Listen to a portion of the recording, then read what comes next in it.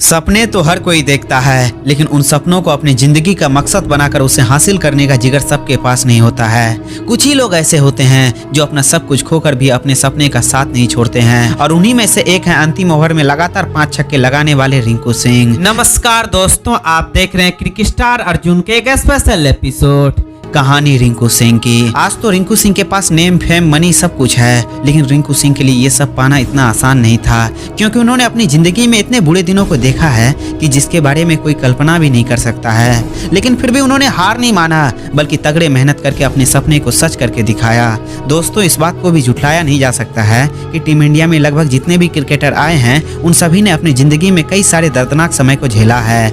लेकिन वही दोस्तों, रिंकू सिंह की भी स्टोरी एक ऐसी स्टोरी है जो आपको अंदर से पूरी तरह झकझोर देगी। दोस्तों, रिंकू सिंह का जन्म उत्तर प्रदेश के अलीगढ़ में एक साधारण से परिवार में हुआ था। उनके पिता साइकिल से घर घर गैस सिलेंडर पहुंचाने का काम किया करते थे, जबकि उनका एक भाई ऑटो चलाते थे, तो वहीं दूसरा भाई एक कोचिंग सेंटर में काम करते थे। उस समय उसके पूरे परिवार की कुल आमदनी 10 से 12 हजार रुपया थी, जिससे उसके परिवार का बहुत ही मुश्किल से गुजारा हो पाता था। और वहीं ऐसी ही स्थिति में रिंकू सिंह के आंखों में क्रिकेटर बनने का सपना पल रहा था। लेकिन एक कहावत है ना कि सिर्फ सपने देख लेने से ही मंजिल नहीं मिलती है, उसके लिए कुछ करना भी पड़ता है। और यही हाल रिंकू सिंह का भी था, क्योंकि उन्होंने सपना तो देखा था, लेकिन हर कदम पे उनके घर के हालात उन्हें सोचने पर मजबूर कर देती थी। शुरुआत में उनके लिए सबसे कठिन काम था अपने पिता को कन्विंस करना, क्योंकि अधिकांश क्रिकेटर की तरह उनके पिता भी उन्हें सपोर्ट नहीं करते थे, जिसके कारण से उन्हें क्रिकेट के लिए पिता से खूब डांट और मार भी खानी पड़ती थी। और इसका मुख्य कारण ये था कि उनके पिताजी चाहते थे कि रिंकू घर के कामों में हाथ बटाए और घर के लिए कुछ पैसे कमाए। और एक समय ऐसा भी आ जाता है जब उसका हिम्मत जवाब देने लगता है, और तब वो सोचते हैं कि क्रिकेट वो छोड़ देंगे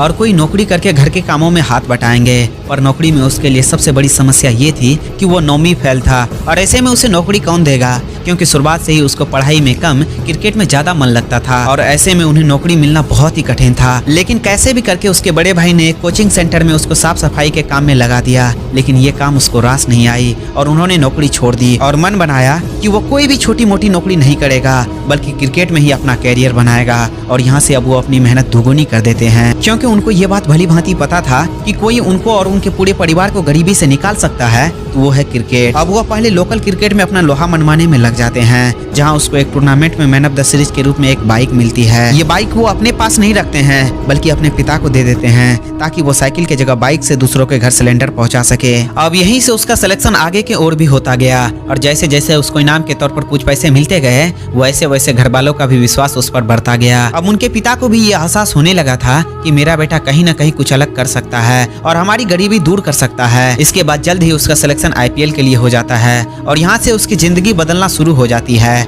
लेकिन अब भी उनका संघर्ष खत्म नहीं हुआ था, क्योंकि रिंकू सिंह को साल 2017 में पंजाब ने 10 लाख रुपये में खरीद तो लिया था, लेकिन उस सीजन में उन्हें एक भी मैच खेलने का मौका नहीं मिला था। और फिर आता है साल 2018, और उस सीजन में केकेआर उसको 80 लाख रुपये में अपनी टीम में शामिल कर लेते हैं, लेकिन केकेआर के भी टीम में उसको ज्यादा मौका नहीं मिलता है। और फिर उसकी जिंदगी में एक समय ऐसा आता है जब एक डोमेस्टिक क्रिकेट खेलते हुए उसके घुटनों में चोट लग जाता है, जिससे उसको काफी परेशानियों का सामना करना पड़ता है। लेकिन वही ये मुश्किल टली भी नहीं होती है कि फिर से एक मुश्किलों का पहाड़ टूट पड़ता है, क्योंकि बीसीसीआई उसको एक नियम के उल्लंघन के लिए 3 महीने के लिए बैन कर देती है। और ऐसे में उनके घर मातम सा छा गया था, क्योंकि सबको अब रिंकू सिंह का कैरियर खत्म होते हुए दिख रहा था। अब धीरे धीरे समय बीतता गया, और केकेआर ने साल 2022 में फिर से उसको 55 लाख रुपये में अपनी टीम में शामिल कर लिया।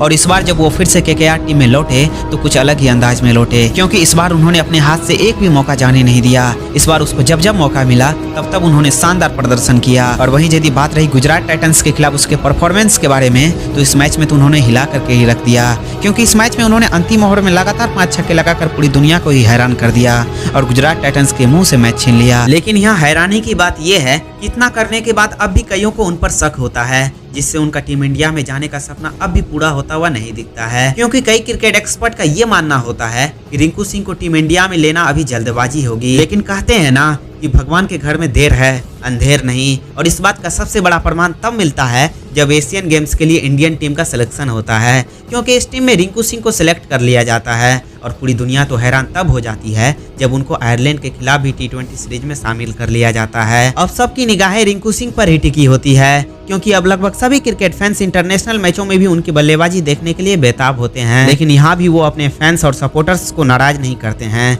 बल्कि जब उसको बल्लेबाजी मिलती है तो वो मात्र 21 गेंदों में ही 38 रन ठोक कर अपने सभी विरोधियों को करारा जवाब दे देते हैं। इसी के साथ उन्होंने पूरी दुनिया को ये संदेश दिया कि अगर आप में आगे बढ़ने की जुनून है तो आपको आगे बढ़ने से दुनिया की कोई भी ताकत नहीं रोक सकती है। वैसे दोस्तों, आपके हिसाब से रिंकू सिंह को टीम इंडिया का परमानेंट हिस्सा बनाना चाहिए कि नहीं? कमेंट बॉक्स में अपना राय जरूर लिखें।